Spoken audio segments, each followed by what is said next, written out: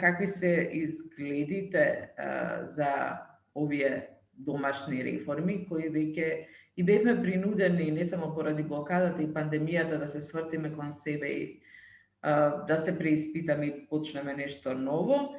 И дали во сиот овој процес треба и може повеќе да се вклучат граѓанските организации, јавноста и која ќе биде улогата на медиумите, да извршиме еден практично притисок врз институциите да спроведат квалитетни и навремени реформи. Значи, тема на денешната конференција е дали можеме да направиме таков внатрешен притисок и како да се даде и да се искористи максимумот од медиумите и граѓанските организации кон остварување на оваа стратешка цел. Задоволство видео, така? Задоволство ми е што во оваа дебата ќе ја започнеме со господинот Никола Димитров, заменик председател на владата, со неговата екселенција Девид Гир, амбасадор на Европската унија во Република Северна Македонија, незината екселенција Кристин Фрукстен Бекстон, амбасадор на Шведска во нашата држава, а натаму во дебатата ќе ги слушнеме и искуствата од регионот на Тања Мишчевиќ, заменик на генералниот Совет за соработка и поранешна шефица на преговарачкиот тим на Србија во преговорите со Европската унија. По излагањата ќе почнеме дебатата во која ќе може да се пријавите и да поставите прашање. Оваа конференција е на Zoom, како и се што мораме да направиме и да промениме изминатава година, дури и во тебе дебатите, се пријавувате, се разбира, со кривање на раче долу и за превод притискање на глобусот. Но најпрво да ги слушнеме во ведните излагања. Почнуваме со господинот Никола Димитров, заменик председател на владата за европски прашања. Повелете, господине Димитров. Благодарам. Пред се да изразам поздравување и благодарност за поканата да учествувам на оваа конференција со многу важен, мислам, наслов и фокус, улогата на медиумите и граѓанското општество во процесот на европска интеграција. И во таа смисла благодарност до Телма телевизија, до Еврофокус и до Македонскиот центар за меѓународна соработка. Ќе се обидам да бидам краток, ќе почнам со некои воведни забелешки за големата слика во однос на значењето на медиумите и граѓанското општество и невладините организации. Ќе потсетам што кажа Европската комисија за овој сектор, за овие области во нивниот извештај во октомври и некои други извештаи ќе споменам. И што можеби ни предстои како реформа токму во овие области и ќе завршам со обид за одговор на главната тема, што вие, меѓу другото, ја начинавте, ја потенциравте во вашиот вовед. Дали се можни реформи или европеизација без, како што го нарековте, надворешниот притисок што го дава пристапниот процес, кој што почнува со првата меѓувладина конференција, што ја очекувавме, како што и самата ЕУ и многу од лидерите најавуваа, особено после март минатата година со зеленото светло, дека ќе отпочне во декември 2020 година. Ние, низ нашата судбина и искуство, низ македонската приказна, мислам дека многу драстично видовме колку е важна слободата на медиумите.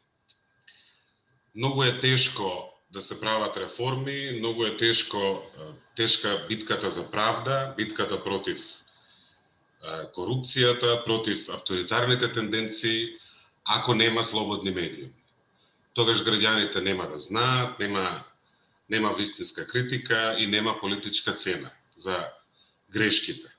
Може би најдрастичен пример беше улогата на медиумите на 27 април 2017 година, да не беа медиумите, да не известуваа, прашање е каков ќе беше епилогот од тој црн ден за македонската демократија. Во таа смисла, најкрупно, медиумите даваат светлина и еден вид предуслов воопшто општеството да се движи напред.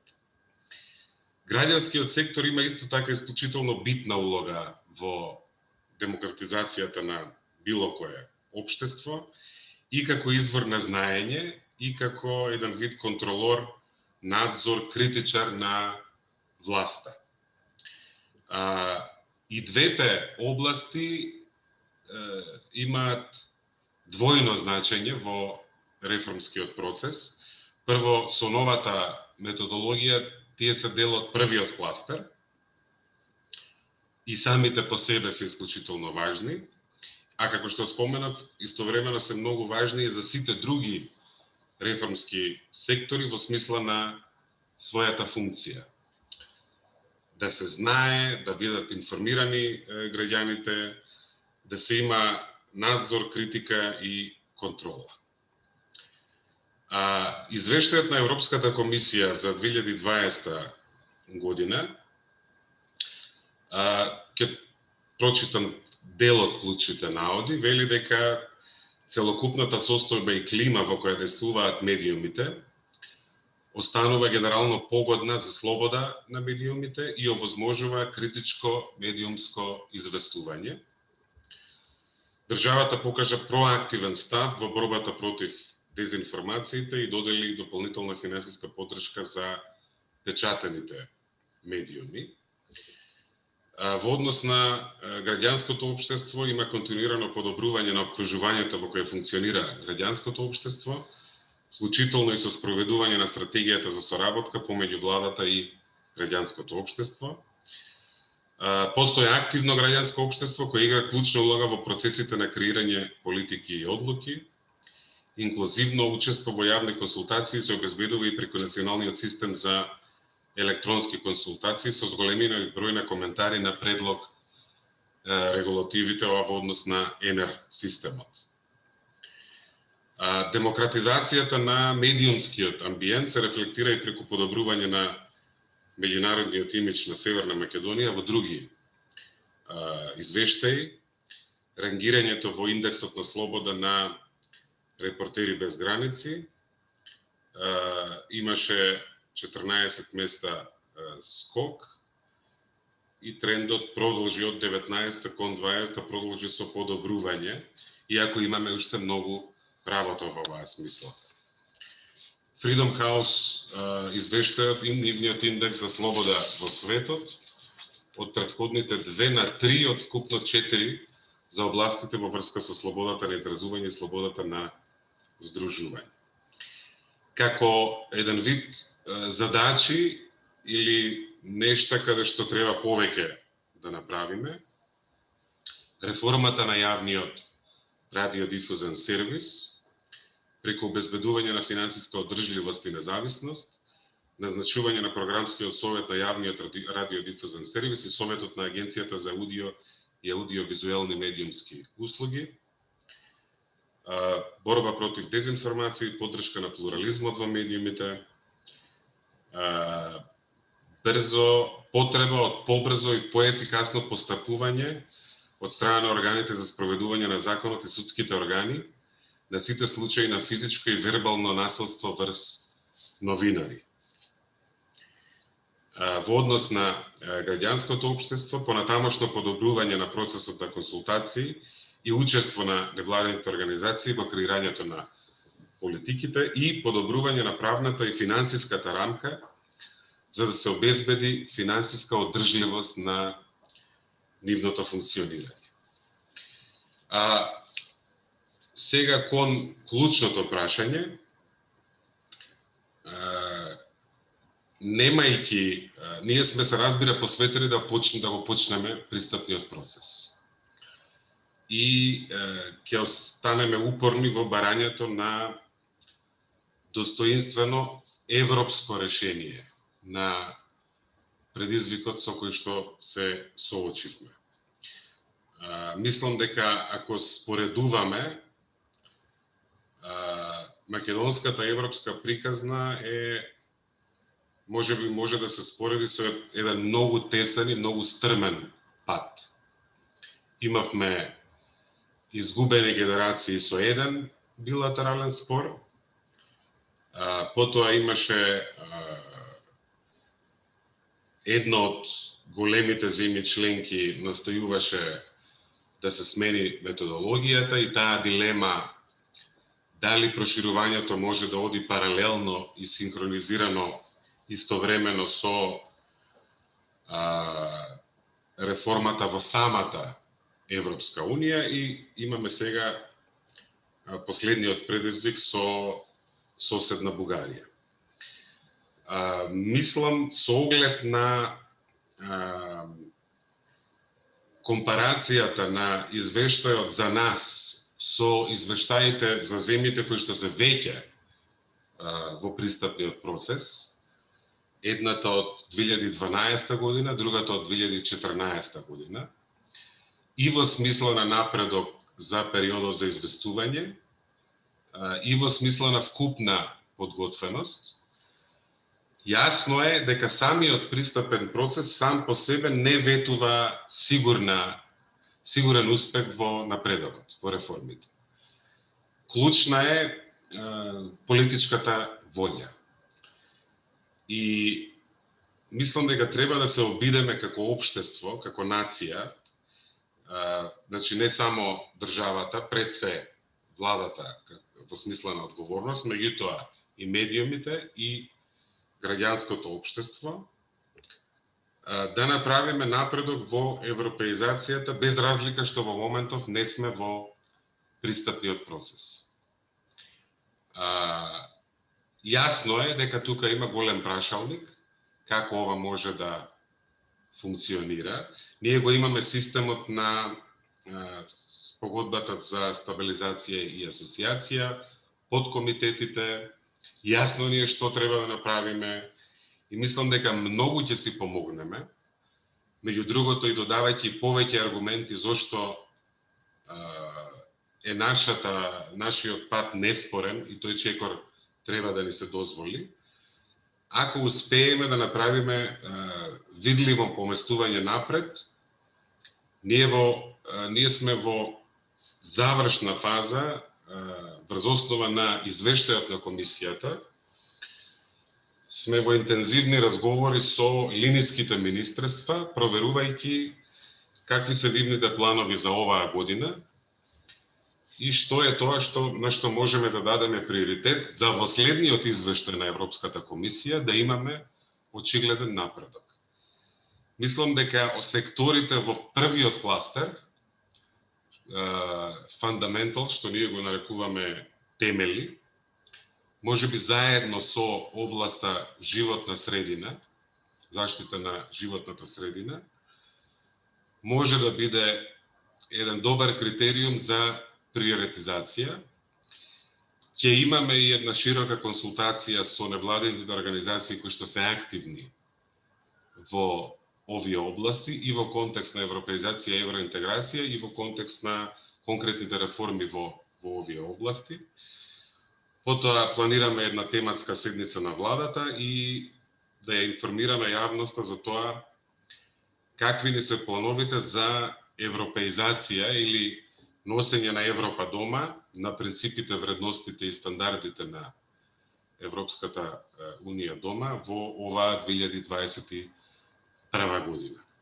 И токму медиумите и граѓанските организации можат да бидат тој неопходен и важен и притисок, и контрола, и критика, што мислам дека е многу нужен за да има вистински прогрес. Ова е предизвикот пред нас. ние не само како тези за настап, очигледно е дека реформите се за нас, за македонските граѓани. Исто така очигледно е дека самиот процес на пристапување во смисла на реформска активност е поважен од крајната цел. Ние ако утре станеме земја членка на Европската Унија, работите нема многу да се сменат. Работите ќе се сменат ако нашето општество стане една нормална европска демократија, каде ќе има независно судство, каде слободата на медиумите ќе биде врвен приоритет, каде правната држава ќе овозможи и економски развој и ќе резултира и со една просперитетна демократија. И во таа смисла, бидејќи е процесот поважен од целта, мислам дека многу ќе си помогнеме ако успееме оваа година да покажеме дека можеме сите заедно, како нација, како општество, да направиме важни чекори напред во клучните области. Ние имавме средба со министерот за правда, мислам дека има јасен план во делот на тие реформи, таму законите ги донесовме, нужните чекори за нивна имплементација се исто така при крај, во смисла на стратегијата за човекови ресурси во судството и во јавното обвинителство, методологиите за евалуација на суди, за комплексноста на предметите и така натаму и така натаму.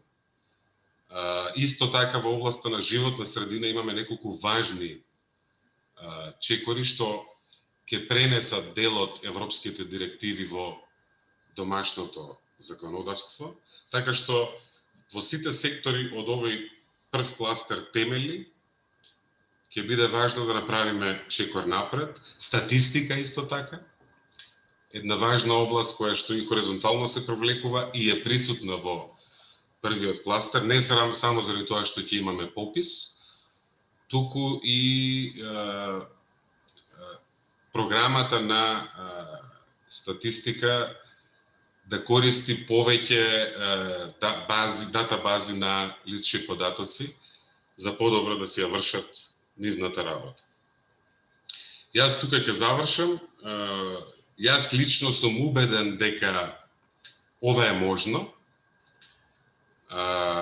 Ако има притисок и лупа од страна на медиумите, ако има притисок, совети и критики од граѓанските организации, ако знаеме, како што веќе наведовте и вие во воведот, дека јавноста сака и иднината си ја гледа европска, тогаш и политиката и тие што се исклучително и вистински прореформски настроени и тие што тоа го прават на ниво на декларации ќе мора да произведат резултат, ќе имаат таков интерес.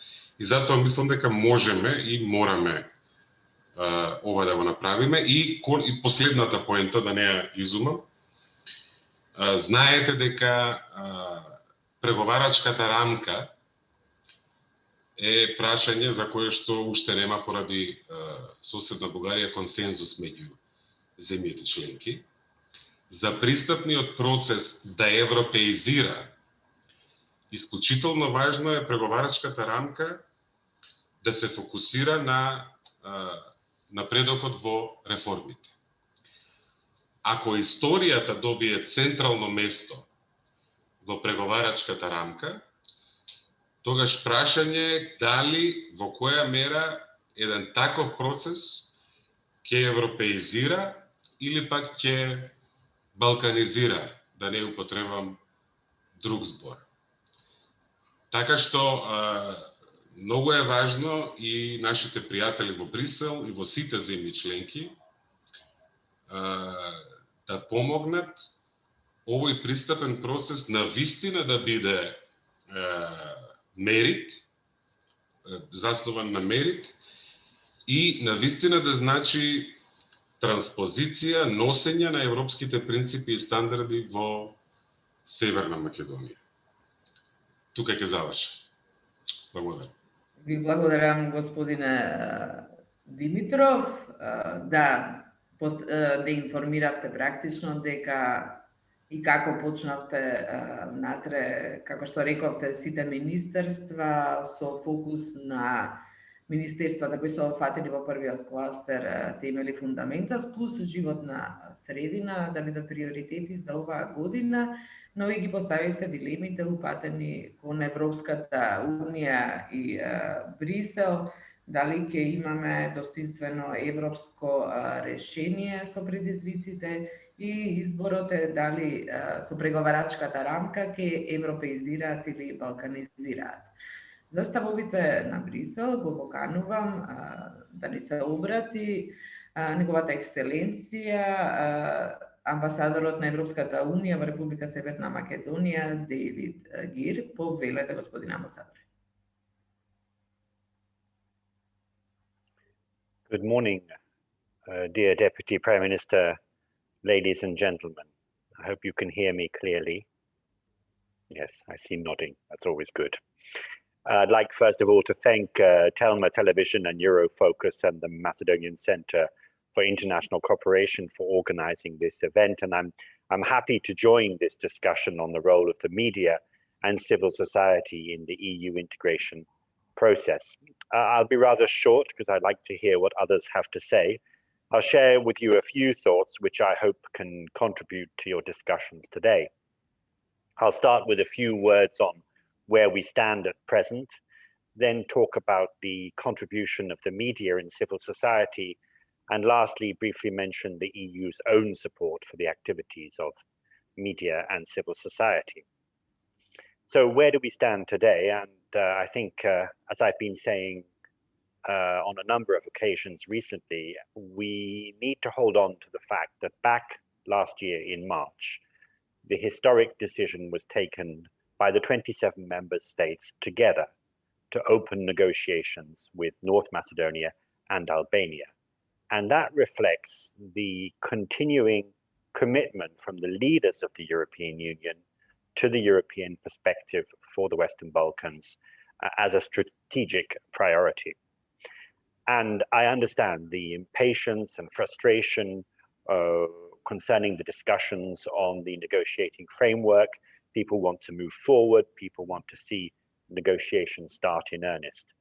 But the way forward in situations such as this is really twofold. One is to continue the engagement bilaterally, as the government is doing with Bulgaria, in order to reach a mutually acceptable solution. And secondly, to continue on the progress on reforms. It's true that true negotiations in earnest and detail begin once there is an agreement, but there is no reason to wait for the reforms to start or to continue or to accelerate on the path of reforms.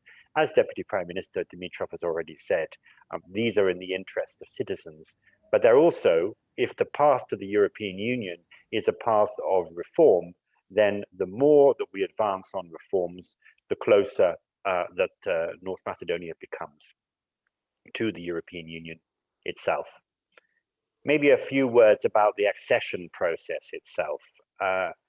It's important, I think, to remember, first of all, that it's a comprehensive process affecting nearly every aspect of life. It's going to be prolonged.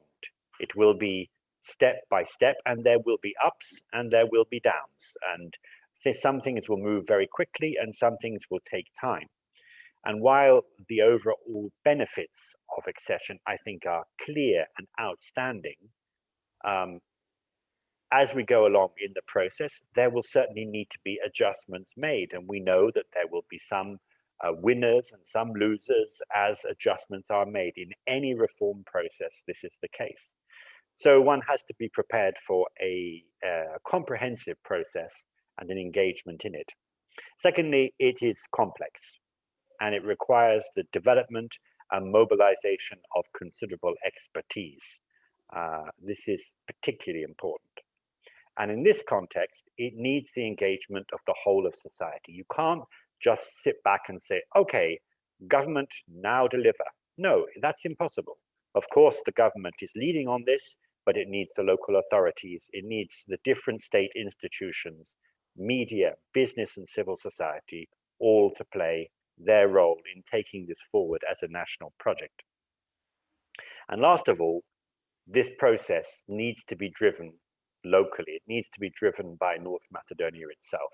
It's true, the European Union serves as a magnet with many ways in which it can draw North Macedonia closer through the single market, through its support, through many different aspects.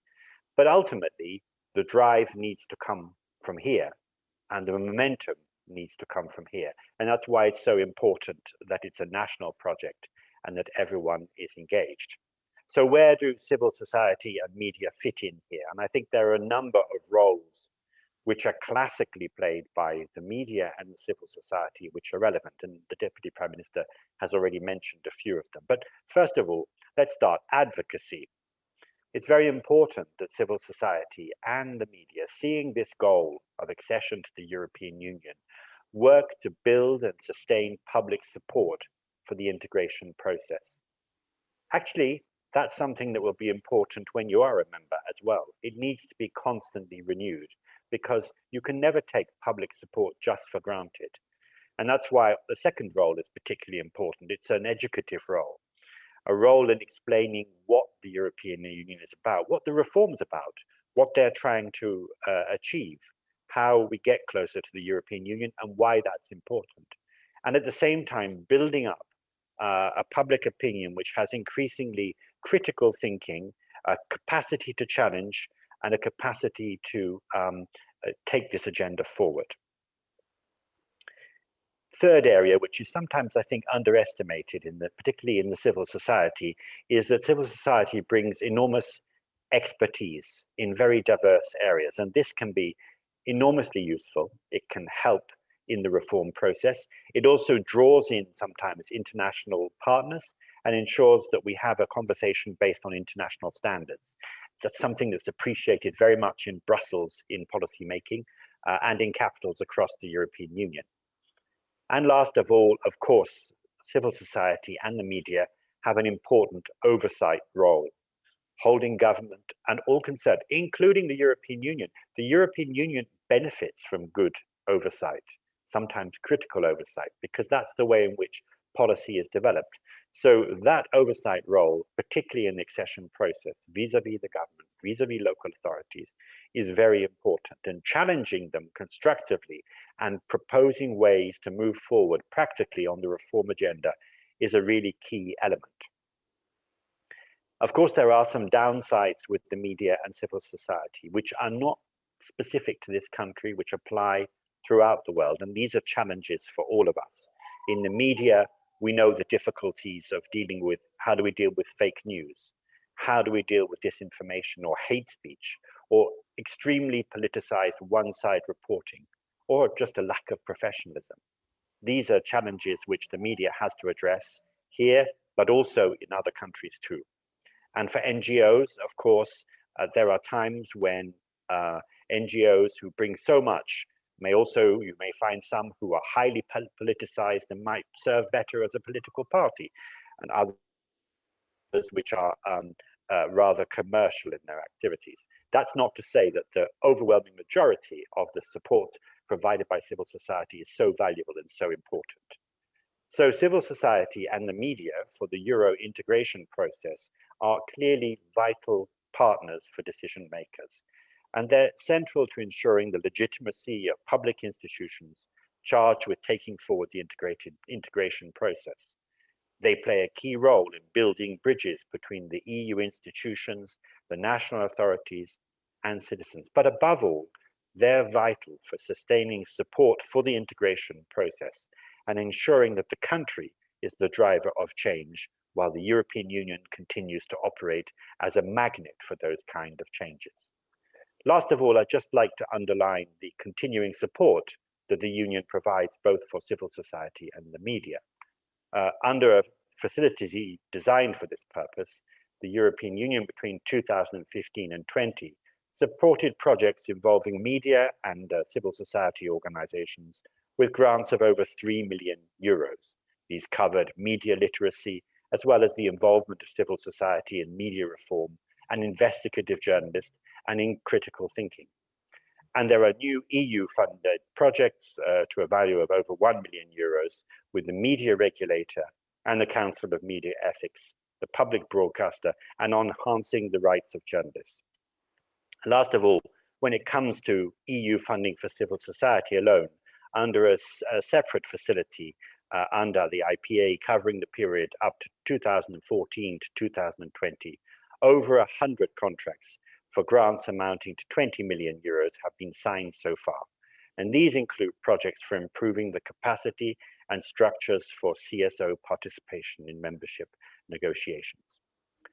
In brief, you as media and civil society organizations have an absolutely fundamental role to play in this process. It's a very positive role.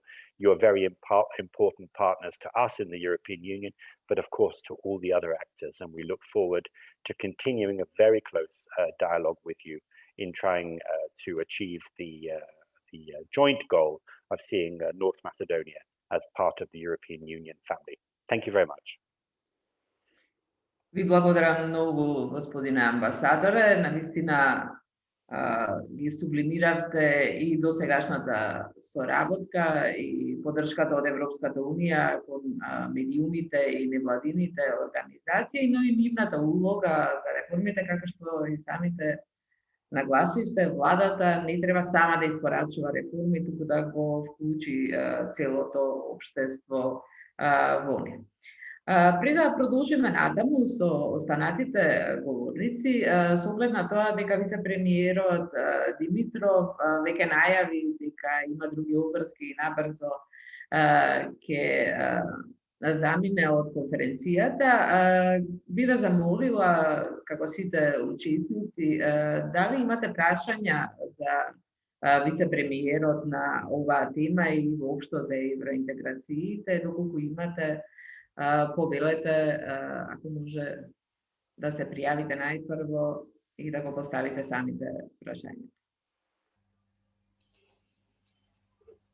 Јас имам прашање, дали се слушаме? Да, поверите ме. Добар ден до сите учесници. Јас ќе искористам приликата пред да замине вице-премиерот да му поставам прашање. Споменавте дека самиот пристапен процес не носи реформи, туку напредок, туку самите процеси во земјата се тие кои носат напредок, но со оглед на она што се случува на Македонија, како што кажавте, поради моментално блокадата од Бугарија, како таа цел која во моментов стои само на хартија може да ги придвижи тие процеси? Сепак за да се придвижат процесите мора да има некоја остварлива цел. Тука прашањето кон вас ми е колку во овој момент за вас е остварлива таа цел во оваа година и побаравте помош од Европската Унија, поточно од Брисел, да се сега да ве цитирам да не сгрешам, да помогне, значи да се оди според придобивките, а не според некои други теми. Еве сега неодамна пред неколку дена бевте во Брисел, а дали добивте било какви уверувања дека сепак ќе се оди според придобивките, дека нема да има балканизација на овој процес? Ви благодарам. Благодарам на прашањето. Поентата можеби не бев доволно вешт во изразувањето на поентата во однос на пристапниот процес.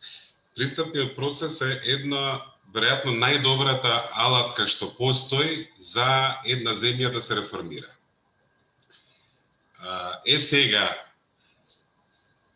ако ја имате при рака алатката, сте го почнале пристапниот процес, тоа само по себе не гарантира дека таа трансформација ќе биде успешна, ако нема вистинска политичка волја пред се во владата на односната земја, еве земја X, дека работите ќе одат доволно брзо и убедливо и видливо со резултати во правата насока.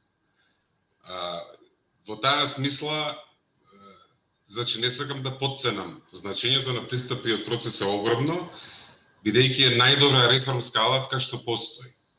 Сега, за да остане најдобра реформска алатка, треба, и тоа е наведено меѓу другото и во новата методологија, каде во еден од параграфите вели сите треба да се воздржат од злоупотреба на прашања што не се во овој контекст, на англиски зборот е outstanding, што е употребен, outstanding issues, за овој процес вистина да европеизира. И во таа смисла, нашиот напредок од идната преговарачка рамка мора да зависи од тоа колку успешно ги носиме дома европските директиви и ги имплементираме, колку успешно се бориме против корупција, колку не се слободни медиумите, а не од тоа, например, ја спомнав историјата, колку и како испорачува Комисијата за историско-образовни прашања меѓу нас и другата страна, во случајов Бугарија. Ако од тоа зависи напредокот, тогаш е прашање дали што сме направиле од пристапниот процес во смисла на реформска алатка. Јас мислам дека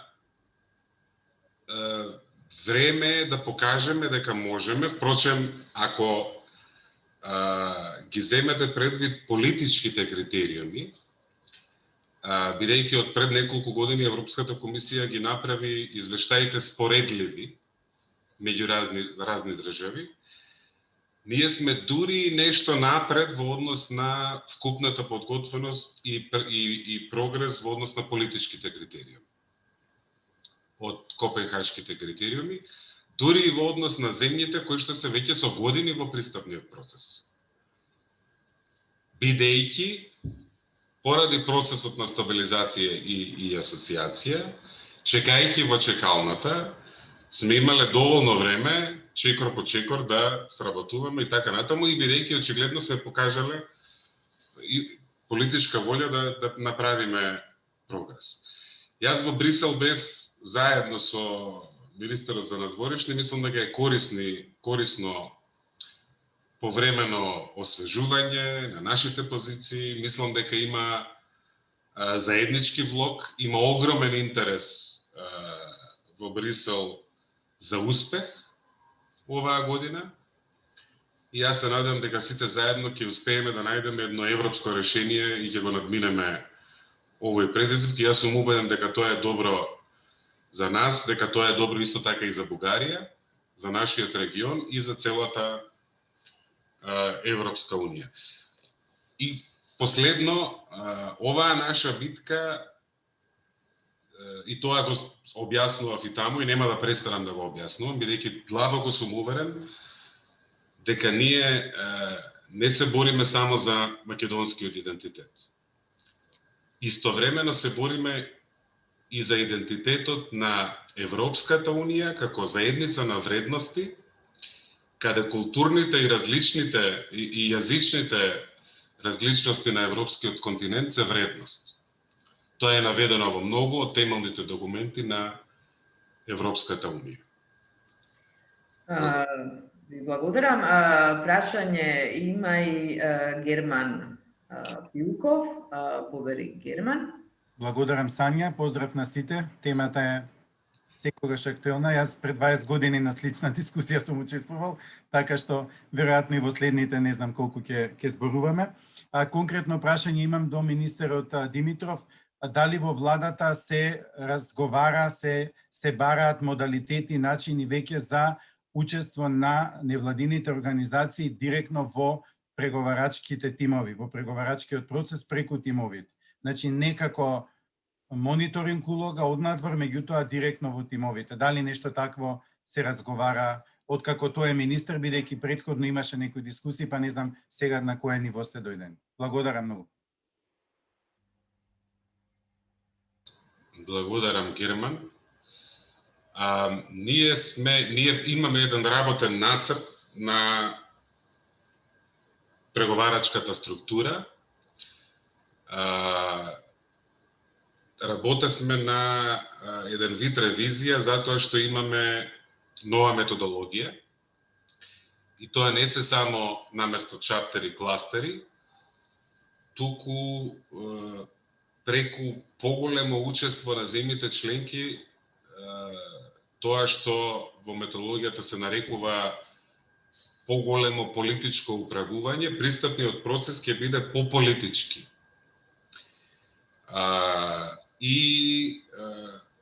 Имавме и консултации со други земји, со невладени организации, имаше и известно двојство во претходната преговарачка структура.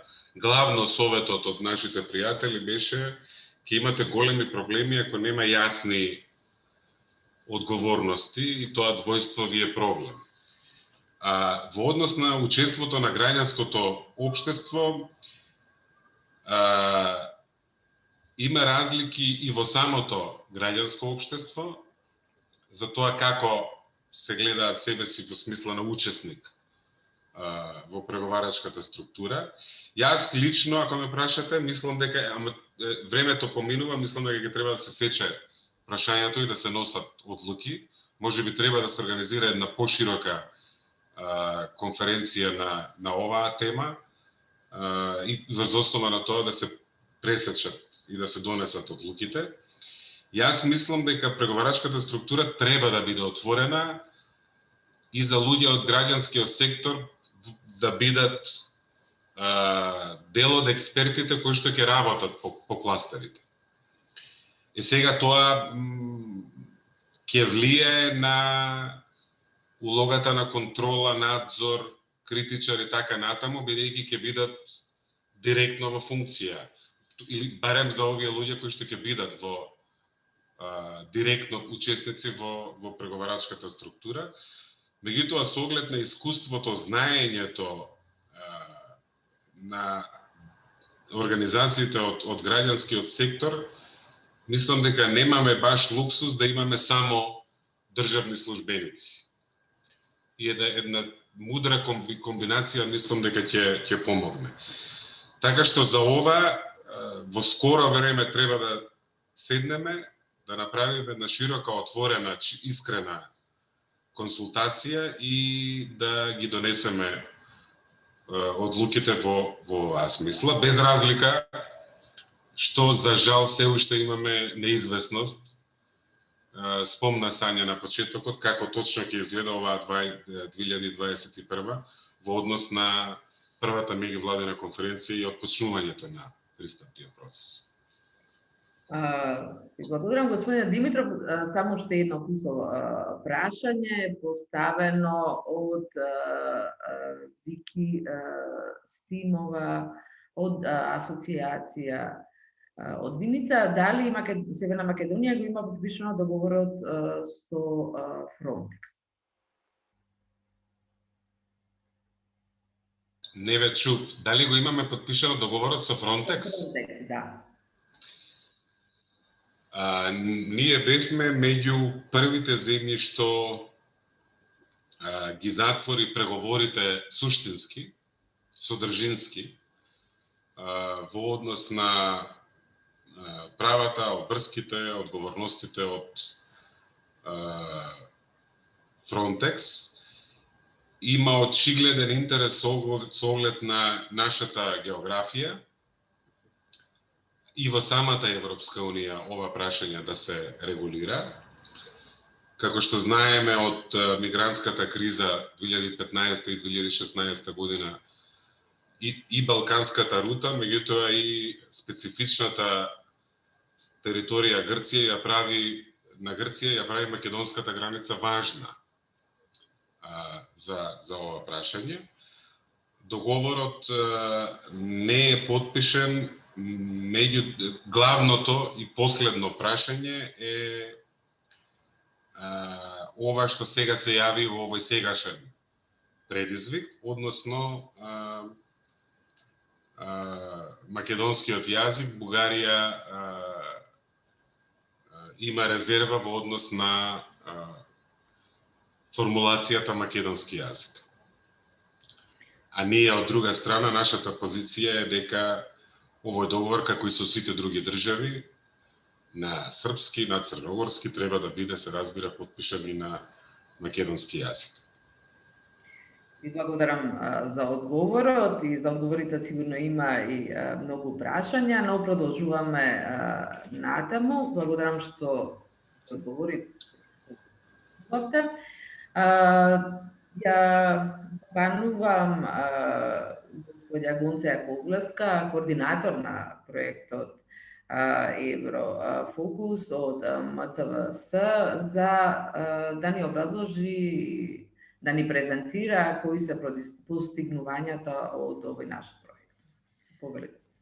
Во овие воведни обраќања да се вратиме на господја Шарифе пред да одиме подетално за проектот, мислам дека така планиравме во агендата. Јас се извинувам, да, направив грешка. Добар ден, господјо Шерифе.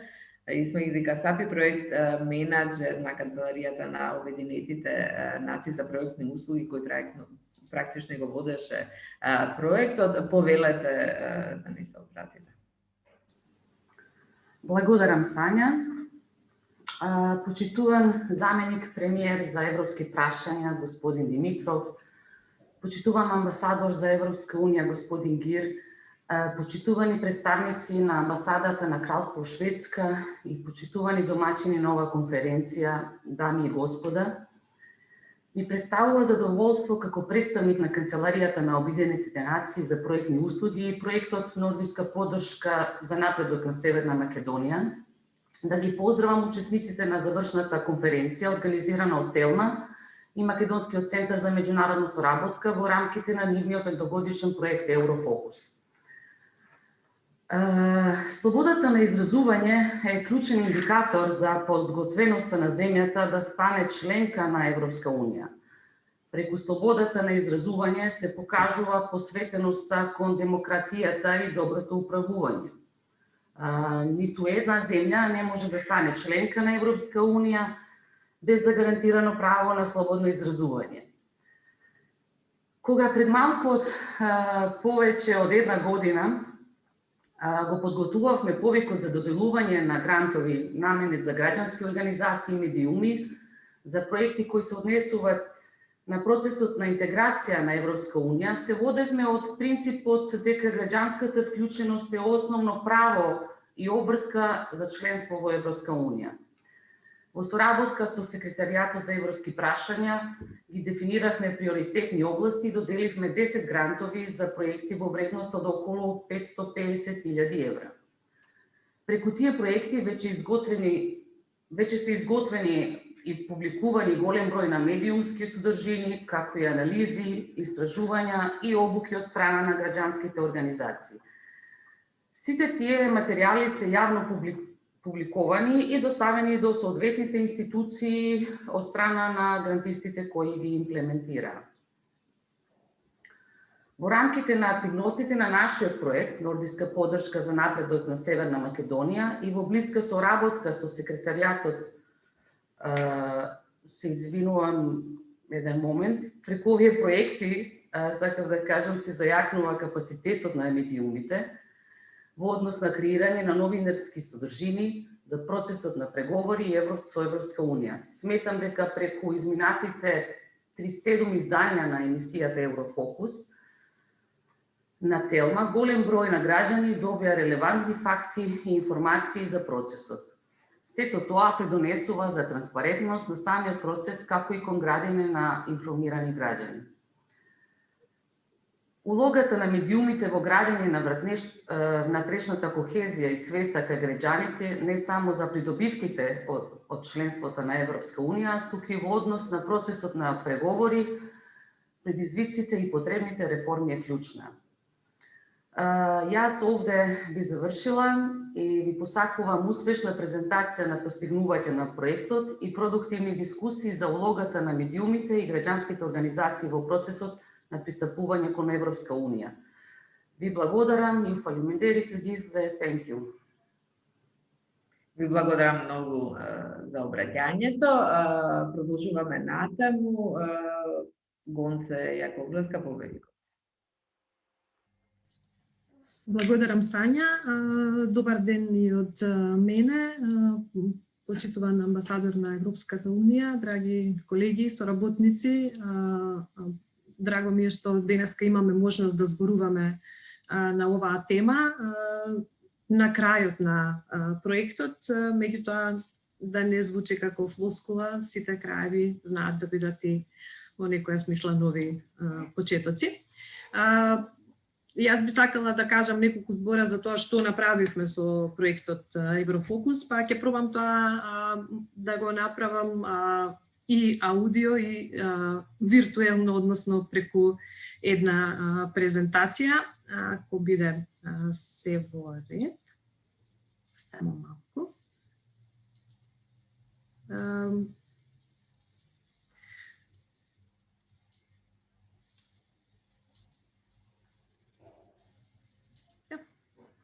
Се гледа така? Презентацијата. Да, благодарам.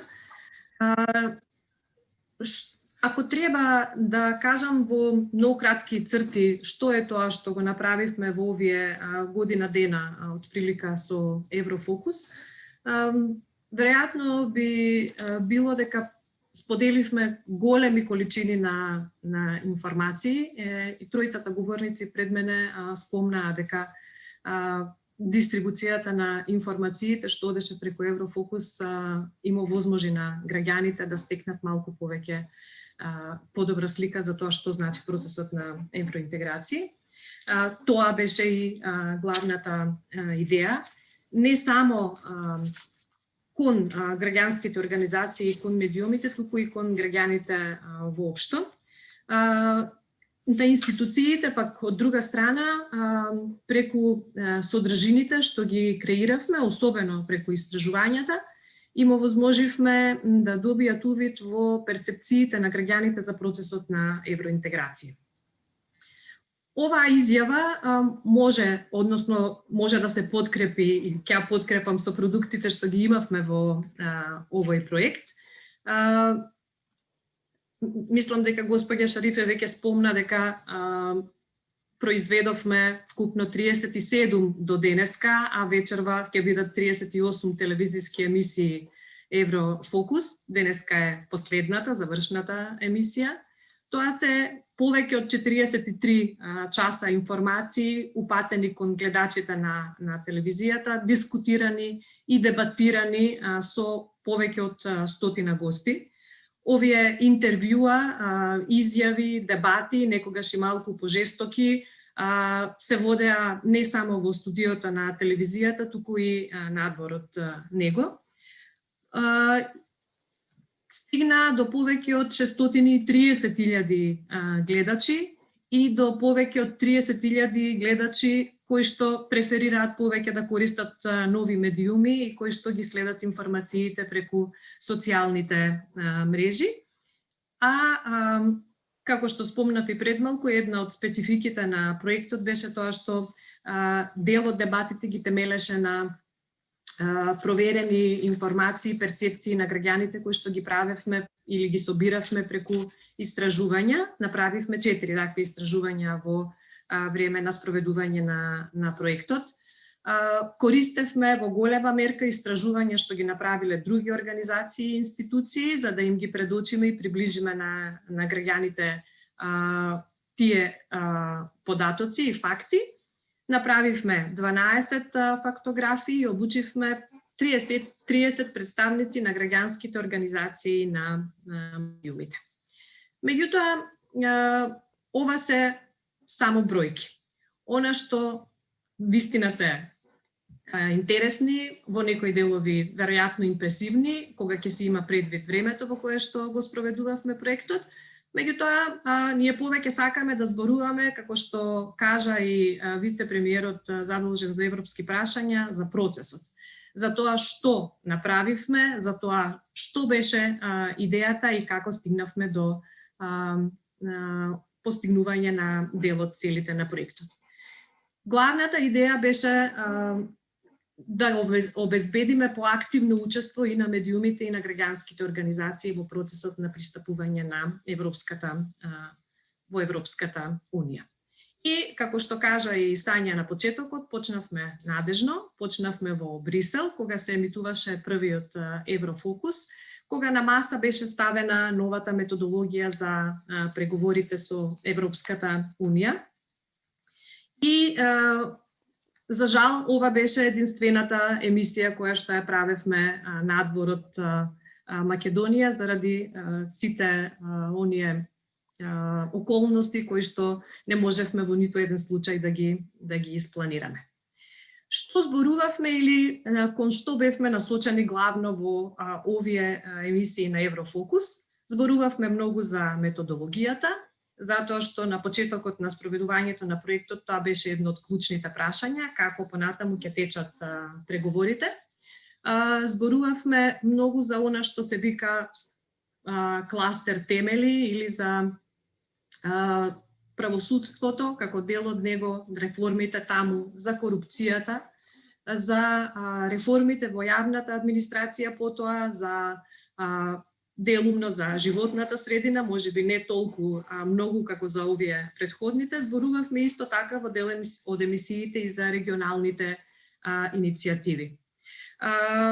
COVID-19 беше неминовна тема во Еврофокус. Не можевме да ја заобиколиме или занемариме целата таа ситуација која што го измести од планот и самиот проект, меѓутоа и сите нас од рутината во која што бевме навикнати да живееме.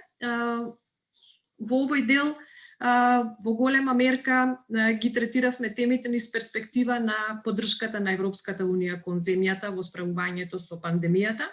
Меѓутоа исто така ги третиравме и прашањата на заштита на човековите права низ призмата на обезбедувањето на јавното здравје и воведувањето на некои порестриктивни мерки за граѓаните. Зборувавме многу за преговарачката рамка, кога стигна на ред таа дебата и таму некаде во есента се наметна новата тема, односно односите со Бугарија.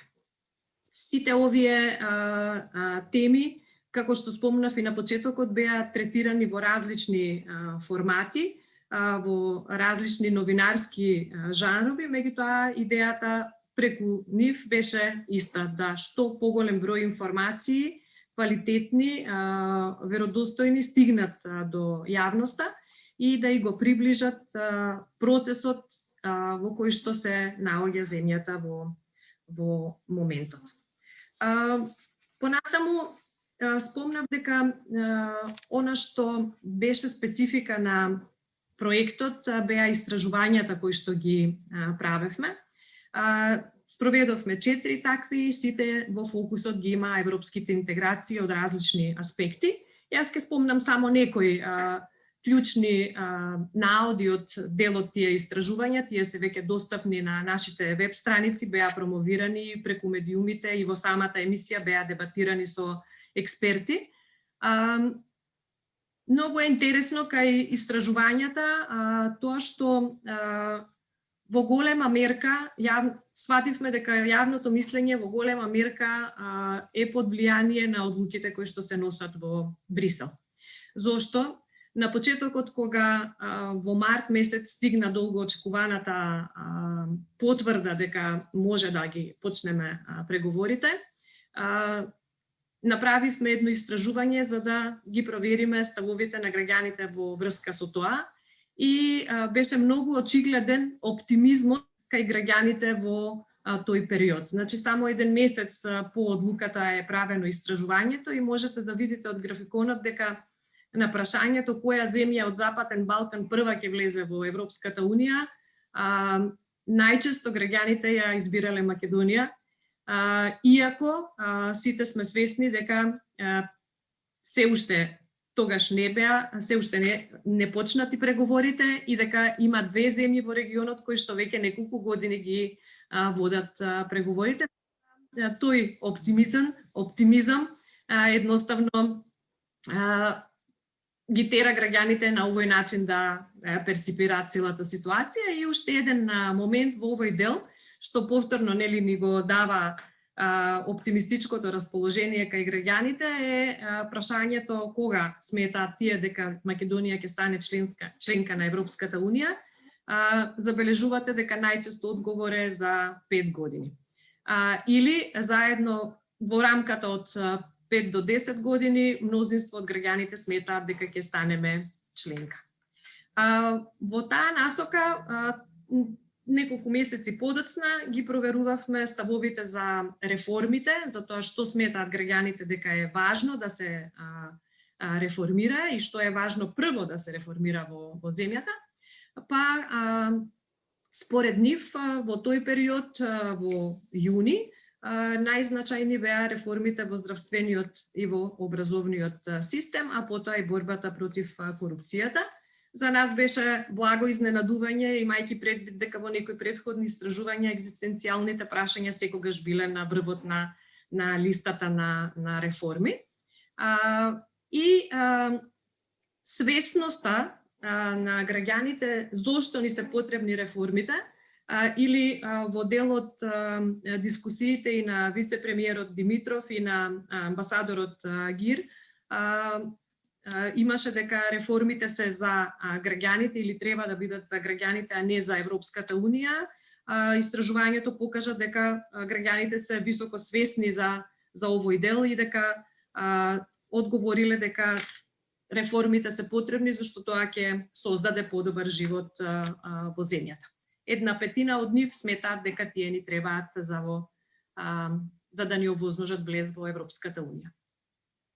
Во втората половина од спроведувањето на проектот, кога веќе на маса беа ставени некои барања од страна на Бугарија, што повторно го оневозможуваа процесот на пристапување, решивме да ги провериме ставовите на граѓаните и во тој дел и меѓу другото ги прашавме и што мислат, што е пречката за поинтензивна соработка помеѓу Македонија и Бугарија. Можете, иако верувам дека дел од вас веќе имале прилика да ги видат резултатите, трите чести одговори за тоа што се пречките се историското непријателство, толкувањето на историјата и националните политичари. И граѓаните имаат идеја за тоа како можат да се подобрат односите помеѓу Македонија и Бугарија. Тоа е соработката во областа на културата, спортот и забавата, подобрувањето на инфраструктурата и тоа се двете најчесто избирани прашања. Подолу ќе видите дека има и други опции кои што се поретко избирани. Годините се ставени затоа што ова се прашања кои што ги поставуваме во некои други истражувања што ги правиме за МЦМС и може да забележите дека нема многу разлика низ годините во одговорите. И по ова прашањето на реформите или на европеизацијата на Македонија, за која што зборуваше и вице-премиерот, сакавме да ги прашаме граѓаните што сметаат или дали веруваат дека владата може тоа да го направи без надворешен притисок. Ова истражување верувам најсвежо во сеќавањата на сите, затоа што беше презентирано во текот на јануари. За жал, граѓаните се прилично скептични во овој дел, сметаат дека, односно не се согласуваат мнозинство од нив со изјавата дека властите можат да ги спроведат реформите без надворешен притисок. Посебно беа прашани за дел од реформите, меѓу другото и за корупцијата. Недостатокот на капацитет во овој дел го декларирале речиси 72% од граѓаните. Ова веројатно би можело да се доведе во некаква врска со вчерашната информација, меѓутоа ќе го оставиме тоа за други новинарски анализи. Уште 2-3 збора пред да ја заокружам презентацијата. Не пофалија предходните говорници дека во граѓанскиот сектор е знаењето. Ние навистина посветуваме големо внимание на подобрување на капацитетите на корисниците, на сите целни групи со кои што работиме. Во овој случај работевме на подобрување на знаењата за евроинтеграцијскиот процес и со новинарите и со представниците на граѓанските организации. Она што можеби станува збор за помал примерок, да се изразам со јазикот на истражувачите, меѓутоа се покажа дека е ова навистина голема потреба за сите кои што беа вклучени. Голем дел од учесниците има претходни познавања, па повторно има можност да научат нови работи, да ги потврдат постоечките знаења. За некои од нив тоа беше момент на леле, јас не знаев дека ова е толку комплицирано. Амбасадорот Гир исто така истакна дека станува збор за еден комплексен процес, еве дека не е комплициран, меѓутоа навистина е комплексен и добро е сите да ги знаеме фазите од него и кои се потребите во пристапувањето, за да бидеме подготвени на тоа. Надвор од обуките или како заклучок на целото ова, ние вклучените во проектот, заедно со корисниците во проектот, заедно во овие година дена ги подобрувавме нашите знаења и вештини за евроинтеграции. Ова е процес кој што е жив, во кој што постојано се менуваат некои работи и еднаш стекнато знаење не е стекнато за секогаш. Имавме среќа низ некои од тие процеси да бидеме водени од луѓе кои што навистина имаат добри познавања во процесот на евроинтегрирање и сметаме дека Еврофокус како проект, сите негови содржини споделија одлични содржини за процесот кои што во голема мерка ги подобрија вештини, знаењата на граѓаните. Потребно е за оваа стратешка цел да имаме и стратешки пристап. Јас сосема се согласувам со претходните говорници дека фокусот треба да биде ставен на процесот и нашата енергија треба да ја насочиме кон тоа процесот да го направиме што е можно поквалитетно, тогаш целта ќе биде сигурно постигната. Драго ми е што препознаваат голема сила во граѓанскиот сектор и во медиумите, која што може да помогне во процесот на евроинтегрирање и се надевам дека заради тоа и ќе бидат многу повеќе вклучени во сите тие процеси. На крајот би сакала да се заблагодарам на Шведската агенција за меѓународен развој затоа што ја препозна потребата од ваков тип на поддршка на граѓанските организации и на медиумите и да им се заблагодарам на колегите од УНОПС кои што не водеа низ процесот на спроведување на проектот и беа трпеливи со нас. Благодарам многу.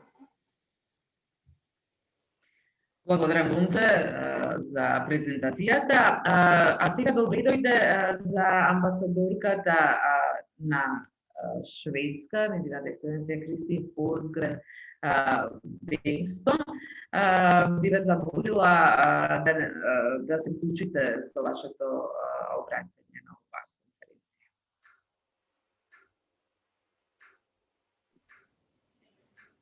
Lagodaram, thank you so much. I will speak English, as I guess you already know. And I think I'm informed that the Deputy Prime Minister left. Otherwise, I would have started with saying, dear Deputy Prime Minister. But continue with dear Ambassador Gear, dear organizers, and of course, all participants. It is my great pleasure to join you now for this meeting, at least for the end of it. The Swedish Ministry for Foreign Affairs is gathering all Swedish ambassadors worldwide this week, and I'm coming directly from a meeting with the Swedish Minister for EU Affairs. That's why I couldn't join you earlier. I wanted to listen to him, of course, and his visions, both for the EU cooperation and for Europe. Today, I would like to address you, of course, regarding the EU integration process, reforms, the role of media and civil society, and actually, I will also touch upon this, a cucumber, or actually cucumbers, but I will get back to that later. You might wonder why, but just to keep you with some kind of attention after these, I don't know, 2 hours or so. Okay, let me start instead with saying that, as you know, Sweden is and remains a committed partner to North Macedonia. We will maintain our support for North Macedonia's EU process, not least the reform efforts. We believe it is very important to continue working with the reform agenda, including in the rule of law area, the fight against corruption, and international organized crime. Sweden is also supporting the reform efforts through our bilateral development cooperation, providing a budget of approximately 6 million euros a year. Sweden is actually the largest bilateral donor among the EU member states. The Eurofocus project and today's event is a part of our support to the Nordic Support for Progress of North Macedonia, which focuses on enhancing the capacity of relevant institutions and organizations in the country. The Swedish support should also be seen as a contribution to North Macedonia's preparations and preparedness for the EU. It is about reforms in different sectors, but it is also about values, democracy, human rights, equality, fundamental rights, and so on. And let me mention democracy with a few words, also related to your important work and why Sweden is supporting this project. A healthy democracy has a strong and vivid civil society, as well as independent, free, and knowledgeable media. You all have important roles to play for the society by, for example, providing fact-based information, analysis, and objective reporting, encouraging public debates, and organizing discussions with politicians and public representatives. It is about raising awareness and knowledge on the EU and the EU accession process, but it's also about accountability, to act as watchdogs. As we have seen throughout the history of the EU, media and civil society are key actors in explaining and interpreting information to the general public about what the EU is and how it affects a country and its citizens. Failure in this regard can, on the other hand, produce misconceptions and false expectations. A case in point I would like to share with you is from my home country's referendum on EU membership in 1994. In Sweden, before the vote, there were rumors and stories about what an EU membership would mean. And one story that grew popular and eventually became part of the No Sides campaign was about cucumbers. Specifically, the EU membership would lead to a ban of cucumbers that did not conform to the correct measurements of what an EU cucumber should look like. A headline could be, "Curved cucumbers are banned in the EU." The story itself represents a narrative of the EU as an overly bureaucratic creature that meddles in the everyday life of its citizens. It's a symbol of a distant, omnipotent, and faceless Brussels instead of the very heart of our European democratic future, with the 4 freedoms in which people, goods, services, and money can move around freely. True or not, the cucumber ban resonated with voters in Sweden back in 1994. In the end, the Yes campaign gathered 52.3% of the votes and the No campaign 46.8% in the referendum. And Sweden eventually became an EU member in 1995. But it was a close call, and the campaign revolved around specific stories and symbols rather than a deeper understanding of the membership itself. Luckily, the discourse about the EU impact has been advanced in recent years, putting a spotlight on what benefits and responsibilities a membership imply. Still today in Sweden, the story about the forbidden cucumbers can be heard, but now mainly with a sigh or a laughter. Maybe I should also add that the support for the EU in Sweden today is around 70%, depending on the survey question, one of the highest numbers in Europe. Here in Skopje, through the lens of enlargement, the public discussion is not quite the same, but the role of the media and the civil society sector is nonetheless of equal, if not greater, importance. We have to be able to give an honest view of what the EU is and what benefits and responsibilities EU membership will imply. In that process, a discussion of what reforms are necessary and who stands to benefit from those reforms is important.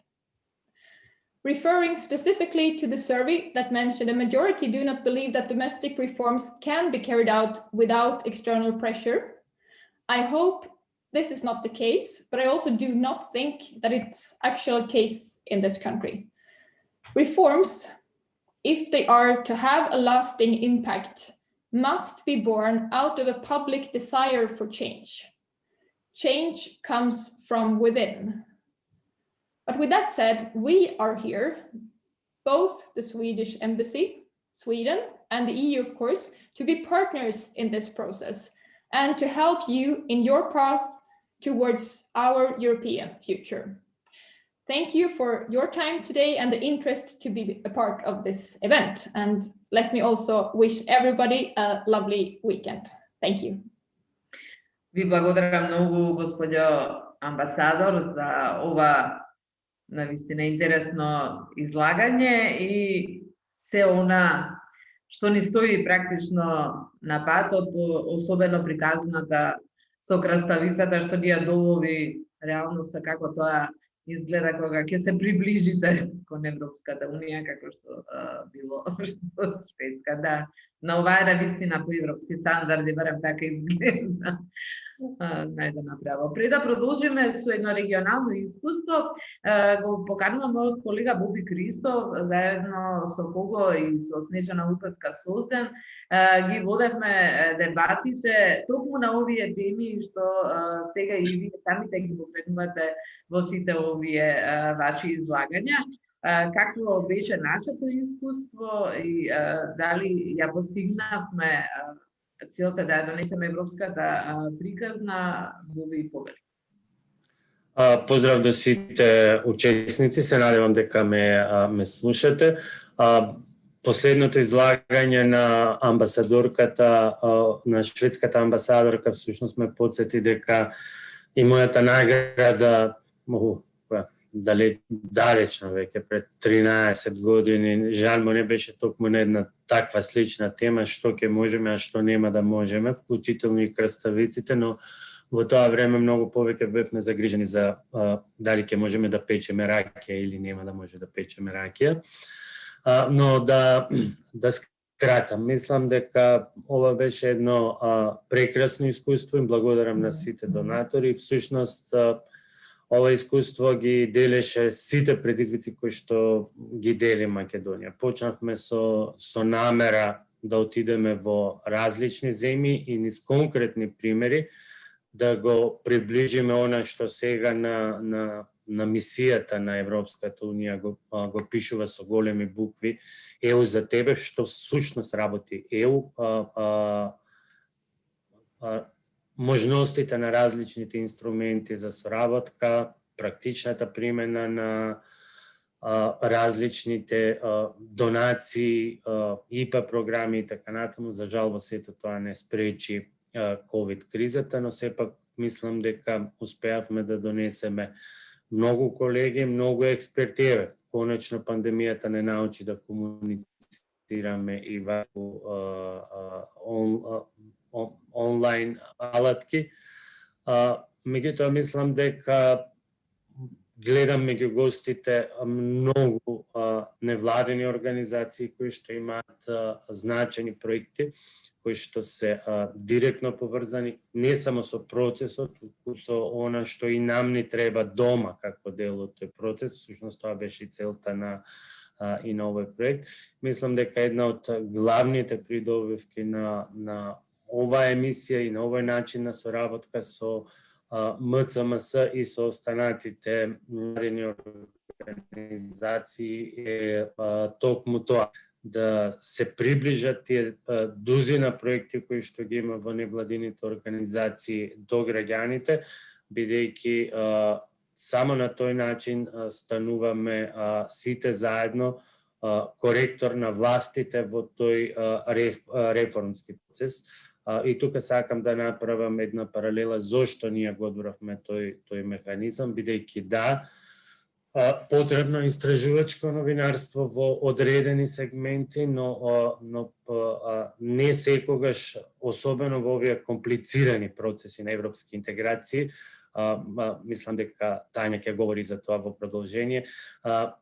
Не секогаш ние можеме да допреме до сите области и мислам дека таа синергија меѓу невладините организации и медиумите треба да продолжи во еднина, бидејќи на тој начин се добива една видливост на многу проекти, а таа видливост преку медиумите значи пред се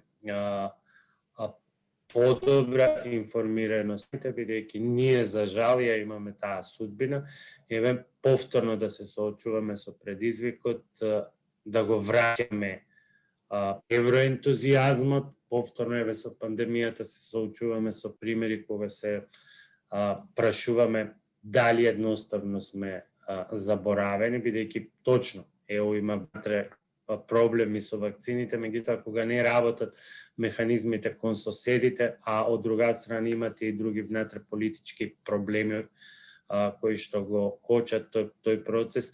Има многу непознати, има многу дилеми и се чини некако со секој проект повторно се соочуваме со тој предизвик пред се да ја вратиме вербата и уверувањето за европската перспектива, но и да го прикажуваме низ конкретни примери, што тоа значи пред се за нас и дека е потребно пред се за нас, а не само формално за чекирање на некакви обврски кон Европската унија.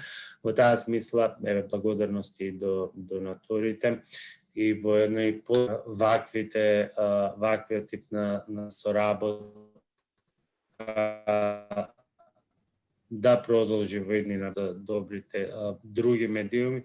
Меѓутоа мислам дека е ова еден совршен рецепт на синергија меѓу невладините организации, медиумите и дека на тој начин се обезбедува тоа заедничко влијание во совкупниот процес. Благодарам се. Благодарам, Боби. Да, така е. Се обидовме и она што го правевме во Еврофокус и секогаш да бараме одговорност од официјалните лица и сите оние кои се одговорни за нашата евроинтеграција. Но бевме спречени заради пандемијата да патуваме, но го вклучивме регионот и ја исполнивме она наша цел да дадеме една поширока слика како изгледаат евроинтеграциите. Искуство во тоа веќе има Србија, со нас е господја Тања Мишчевиќ, заменик на генералниот секретар на регионалниот совет за соработка и поранешна шефица на преговарачкиот тим за пристапување на Србија со Европската унија. Добар ден и добре дојдовте, господја Мишчевиќ. Повелете, какви се вашите искуства? Good afternoon. I think that we should start like this. First of all, apologies. I do understand perfectly Macedonian, but I do not speak Macedonian. And having only two official languages being Macedonian and English, I have to choose to speak English, which is pity. Congratulations on finalization of the project. Obviously, a very good input.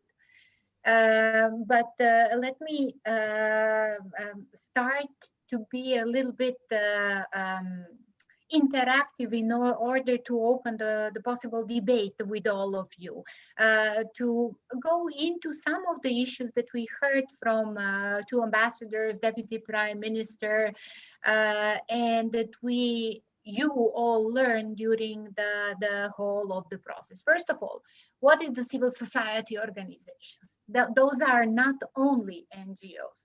Please bear in mind that NGOs are only one part, one element of the civil society in Macedonia, in Serbia, in Albania, all around the region, or in European Union.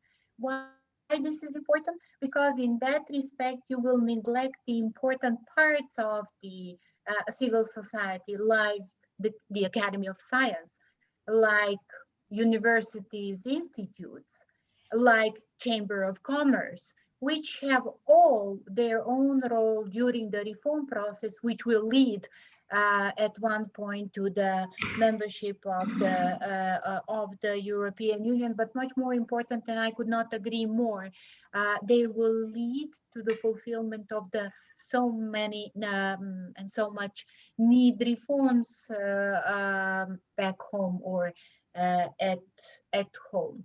So what is the role of the civil society in that respect? Let me reiterate the two English words, but we somehow imported them in our languages: inclusiveness, transparency. Why? Because process of accession, of becoming member of the European Union is not only the process of one government, of any political party, of any political coalition, but actually it's the process for the whole of society, each and every of us, to participate in the process. That's why the process is inclusive. But we cannot include each and every citizen of Macedonia into the process. That's why it's important to have the representatives of the civil society organizations, which will, in transparent manner, that means openly and very clearly, explain the process as such. One important issue for media.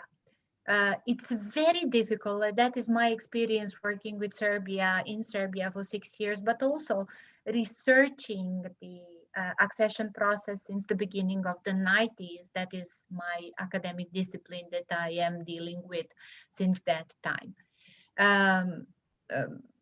Historically speaking, those countries of the Central and Eastern Europe that became member of the European Union 2000 during the 21st century, the issue of the inclusion of the civil society was not mentioned at all, as well as the rule of law. But during their process, they noticed that both of those issues are missing within the whole process of accession of those countries. There is no real reforms if civil society is not participating, and there is no reforms at all if rule of law is not the leading reform in one society or in one state. So we are learning on the experience of mistakes of others, introducing the civil society, which is pretty strong in the Western Balkans, all around the Western Balkans. It built the capacity, and I could not agree more, and this is the third important role, to borrow the capacities of the civil society and the specific knowledge into the government while working on the accession talks or the reforms that will lead to the accession. And in what manner the civil society participate in the negotiation process? First and foremost, that was the first question that I saw in your Q&A box here. What is the role in the structures for negotiations? And could not agree more. Now it's with the Deputy Prime Minister Dimitrov. Now is the time, final time to define. I'm not going to give the solution, but I will present two possible solutions for the participation of the civil society organization. We call it Montenegrin and Serbian model for the participation of the civil society organization, obviously because it's used in Montenegro and in Serbia, two countries negotiating membership up to now. So the first one, Montenegrin model, actually includes the civil society organization representatives into the very negotiation structures. Serbian model, on the other hand, does not include the representative of the civil society as such, but in the structures of the negotiation groups and the negotiating team, there are representatives of the civil society, but they are no longer representatives of civil society once when they are a member of the state negotiating team. They could not alter or be different in terms of negotiation process. They could not be impartial, but part of this negotiating process, and they could not have independent role then once when they are part of the negotiating structures. For example, I was head of negotiating team in Serbia. I am not coming from the diplomatic area or political parties, but I was invited from the university to lead the process in Serbia. Of course, once when appointed by the government of Serbia, I was not any longer independent and I was not able to share my own opinion as the university professor, but I was the representative of the Serbian government. And that is one big question mark for the civil society. Would they accept something like this? Or they would like to keep the role of independent observer, monitor, and check and balance that they supposed to have in one society. And let me now focus on media very shortly, as I know that there might be a possible discussion afterward. One aspect that we are all neglecting, and I'm sorry that also ambassadors neglected that issue. Media, as well as civil society, are not only somebody who monitor, inform, or advocate for the integration process, for the very negotiation. It's also an object of some parts of the negotiation process, at least in two chapters. Chapter 23, where there is a freedom of expression. So where there is an element to upgrade the position of independent media in our society, the protection of journalists, but also upgrading the protection of journalists because of non-clear cut regarding the new social media. That area is not being covered at all, not only here, but also within the EU. The second chapter, please do not neglect that one, is chapter 10, or the visual aspect, how we will organize technically the work of media in our society. Is the state going to support the digitalization, broadbanding, 5G, which will support the work of the modern media? That is also an extremely important part. And let me finish with one tricky issue actually that I followed also participate or is present here. I've heard, I think it was Mrs. Yakovlevska presenting the results of the public polls that the citizens are 70% pro-reforms regardless the EU integration process. So this is good for us, not because the only membership to the European Union. Please bear in mind, this is the unique case. Only in the Western Balkans we see that. Previous waves of enlargement never observed that the reforms are first and foremost for us, not because we would like to become member of the European Union. That is a very strong point to build on. That means that the people are interested, and as you, Gonce, said, the most important issues, reform of health and reform of education. But then somebody has to go in your Mr. Christov TV show and explain that actually there are no standards of the European Union in those two areas. That this depends solely on you, on Macedonia, or the other processes, or to pick up on the environmental protection. Those are the things that the citizens in Kumanovo are going to see the first in the integration process.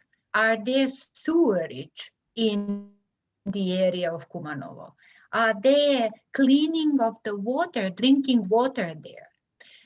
While I'm pointing on the issues that are close to the issue of cucumber that the Swedish ambassador does, because those issues are the decisive factor for the citizens, for each and every of us to understand into the integration process. So I am really trying to put the emphasis on investigative journalism, which is one of the most important things, but don't get me wrong, not investigative in terms you have the affair or there is a problem with the high cases of corruption in your country and you go and investigate that, but go and investigate those issues in order to those small things that might be of the interest for your kids, your parents, those things which are extremely important for normal living in the region. Or in other words, the ideal that we never reached up to now in Serbia, but also in other regions, and excuse my French, is how to make EU integration issues sexy. That means to be on the first pages, headlines, of each and every media, constantly present as it is the constant element of our daily life. I will stop here really in order to maybe to answer some of the questions, but also to give the floor to somebody else if there is a possibility for participants. But thank you very much for this opportunity. Благодарам, gospođa Miščević, za ovo izlaganje. Веќе сме навистина на крајот, но имаме неколку прашања. Ќе ве замолам само да бидете многу покуси и концизни. Прв е Благојче Трајковски. Повелете. Ви благодарам. Поздрав до сите учесници. Јас сум Благојче Трајковски од ЕЦЕА Битола. Прашањето, имав едно прашање до вице-премиерот Димитров, поради неговите обврски би бил и задоволен доколку добијам писмен одговор. Ме интересира неговиот коментар за последната листа на Transparency за борбата против корупцијата, на која Македонија е на 111-то место од 180 земји и е на ранг со Панама, Босна, Херцеговина, Монголија и е на врвот од 2001 година од кога е влезена на листата, значи го имаме и рекордното место. Знаеме што значи и како влијае ова во професионалноста во работата на медиумите и граѓанските организации. и како со ваков рейтинг ќе донесеме Европската унија дома и европските вредности и што превземале во изминатиот период како извршна власт. Благодарам, Благојче. Ќе се потрудиме и писмено да му го доставиме на вице-премиерот вашето прашање. Да преземаме нешто немаше да бидеме на ова место, предпоставувам, на листата според борба против корупција, така да тој одговор го знаете, можеби што ќе преземаат.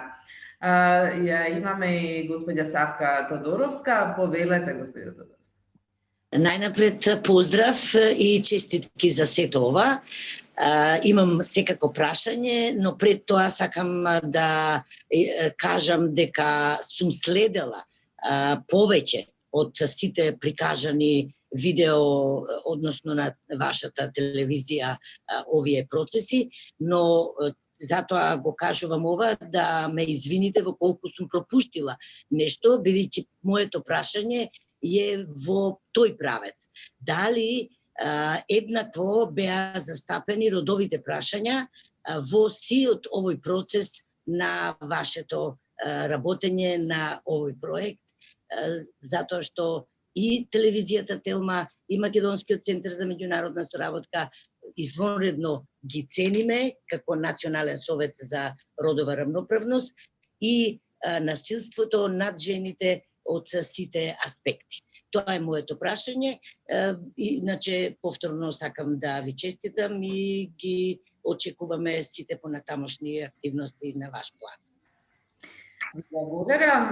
Да, одговорот е едноставно да. Беа застапени и водевме сметка за тоа и направивме и посебни емисии за кои зборувавме за родовата застапеност, насилството врз жените и така натаму.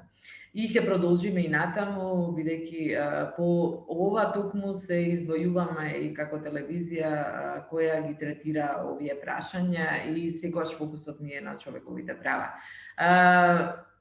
Господин Беким Асани, вие се пријавивте за прашање или да кажете, повелете. Господин Асани, дали се слушаме? Очигледно, господин Асани, се пријавивте да поставите прашање или да се вклучите на конференцијата? Ние ве гледаме.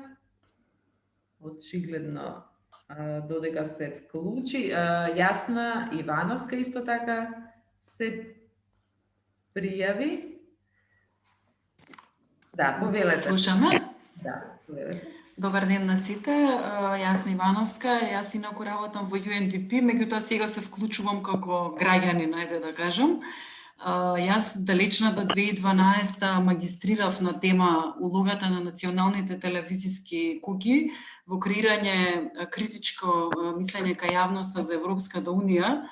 И многу ми е драго што сега се доведувам во ситуација да кажам дека можам да ја надградам тезата, затоа што навистина емисијата која што и колегите од МЦМС и колегите од УНОМС ја поддржуваат, навистина доведува до посериозни резултати.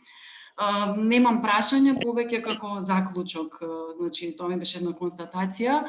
Она на кое што сакам да обрнам внимание дека всушност телевизијата нели одлична платформа за да се искористи, практично му се објасни на македонскиот граѓанин кој што не е доволно запознат со тоа што представува Европската унија и заради тоа нели потребни се специјални, сериозни, специализирани сериозни емисии како оваа. Така што само да препорачам нели од сето ова да се извлекуваат причините за онаа висока поддршка која граѓаните ја имаат за влез во ЕУ, да се стават на здрава основа, која што реално ќе ги прикаже придобивките и недостатоците од членството. И практично нели да се искористи телевизијата како медиум кој што ќе едуцира повеќе, значи граѓаните на вистина да го разберат членството во Европската унија, што тоа значи и продолжете понатаму, значи секоја поддршка пред се како граѓанин, еве и како колешка и вие ги поздравувам емисиите и ви посакувам секој успех. Благодарам на многу. Нам исклучително ни се важни вакви ставови, затоа практично и работиме, тоа е. Значи дека сме ја постигнале целта. Пред да завршиме, Тамара Грнчаровска од нашата телевизија, повели Тамара. Исклучен е... Да, јас имав неколку прашања, но амбасадорот ги е исклучен, така да прашањето за него само ќе го кажам, бидејќи он спомена дека ги разбира, да кажам, нервозите околу преговарачката рамка и тука посочи на билатерално решавање и на продолжување на реформите. До него прашањето беше каде ја гледа улогата на Европската Унија тука, бидејќи не ја спомена во концептот на решавање. Инаку има прашање до господја Мишчевиќ. Македонија и се наоѓа во чекалната, заглавена во чекалната. Дали сметате дека Црна Гора и Србија се заглавени во ходникот на Европската Унија и дали е тоа само поради недостиг на реформи или сепак е можеби политичко прашање, како го толкува тоа што се случува со Македонија околу со Бугарија, токму на тие политики на Европската Унија? Дали тоа не е доволно, нема доволно волја од таа страна или сепак таа носење одлуки со консензус ја прави самата Европска Унија заложник на сопствените земји членки? Благодарам. Повелете, господјо Мишчевиќ. Да, прашањето беше до вас. Да пробам на српском? Па мислам дека нема повеќето. На прво ваше хвала вам на питањима. На прво ваше питање дали су се Црна Гора и Србија заглавиле у ходнику. Definitivno postoji zastoj u politici proširenja. Ne samo što Srbija nego i Crna Gora ništa nismo uradili već godinu dana, nema odluke ni o otvaranju pregovora, zapravo o prvoj međuvladinoj konferenciji za Makedoniju i Albaniju, niti bilo kakvog razgovora o oceni kandidature za Bosnu i Hercegovinu, a da ne pričamo o Kosovu. Dakle, zamor proširenja, zamor od proširenja dovodi do zamora u reformama, to se pokazalo kao pravilo. I tu vi onda vidite i moj odgovor i na ovo drugo pitanje. Zapravo, mislim da je i neko postavio pitanje potpredsedniku Dimitrovu da dok ne postoji jasan cilj, a jasan cilj je članstvo u Evropskoj uniji, teško možete ubrzavati i davati snagu ili terati reforme dalje. Bez obzira šta mi mislimo i kako smo opredeljeni za reforme. Ne možete to uraditi jer niti ih znate na najbolji način. Treba vam Evropska unija da vam pomogne i tehnički i finansijski za sprovođenje tih reformi. I oni su objektivna ocena, trebalo bi da budu objektivna ocena napretka u tim reformama. Hoću da kažem, oba procesa su povezani. Što se tiče ove blokade u kojoj se našla i Makedonija i Albanija, to je jedno ozbiljno pitanje koje se tokom pregovora pokreće od 2000-ih, a to je uloga bilateralnih pitanja, odnosno bilateralnih problema kada je jedna strana članica Evropske unije. To je do sada bilo jako uspešno rešavano unutrašnjim dogovorom u samoj Evropskoj uniji. Dakle, pregovori o članstvu su pregovori sa Evropskom unijom. Dakle, sa svih 27, a ne ni sa jednom pojedinačnom. I ja sam sigurna da će države članice insistirati na takvom principu, što će biti onda izlazak iz ove blokade. Ви благодарам, Тања, на одговорот. Да, Македонија добро е познато како тоа изгледа со билатералните проблеми, веројатно во моментов изгледа дека вечно ќе бидеме заглавени со некој билатерален проблем на патот кој европските интеграции. Тука да резимираме некако од ова конференција на која беа кажани навистина некои суштински работи. Добивме прашања дали се маргинизираните групи заедници опфатени во емисиите и во проектот од Беки Масани. Одговорот е исто така, да, тоа ни беше еден од фокусот. Сите емисии можете да ги најдете на YouTube, Еврофокус, сите дебати, истражувања и на сајтот, на YouTube каналот на Телма. Како резиме од ова конференција, секако е дека Македонија мора сама да се европеизира. Она што се очекува од Европската Унија е да најде достоинствено европско за решение за предизвикот со кој во моментов се соочивме, блокадата, како што кажаме, премиерот за европски прашања Никола Димитров.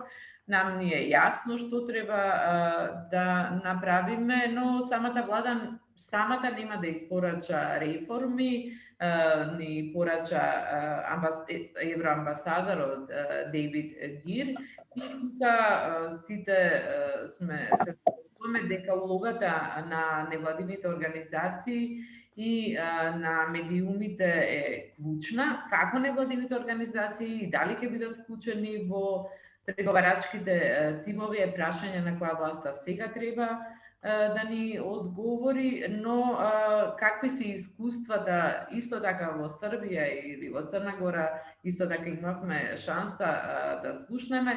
Секако конференцијава ќе остане запаметена и по излагањето на шведската амбасадорка господја Форстен Бенгстон, која навистина сликовито ни објасни какви се предрасудите кај луѓето кон Европската Унија, дека тоа е некој бирократско суштество кој ќе почне да се меша во внатрешните работи. Против сите тие предрасуди, улогата на медиумите е клучна, токму заради тоа и го направивме Еврофокус, да расчистиме многу дилеми, многу и расчистивме, стигнавме до многу сознанија, ќе продолжиме и натаму тоа да го правиме.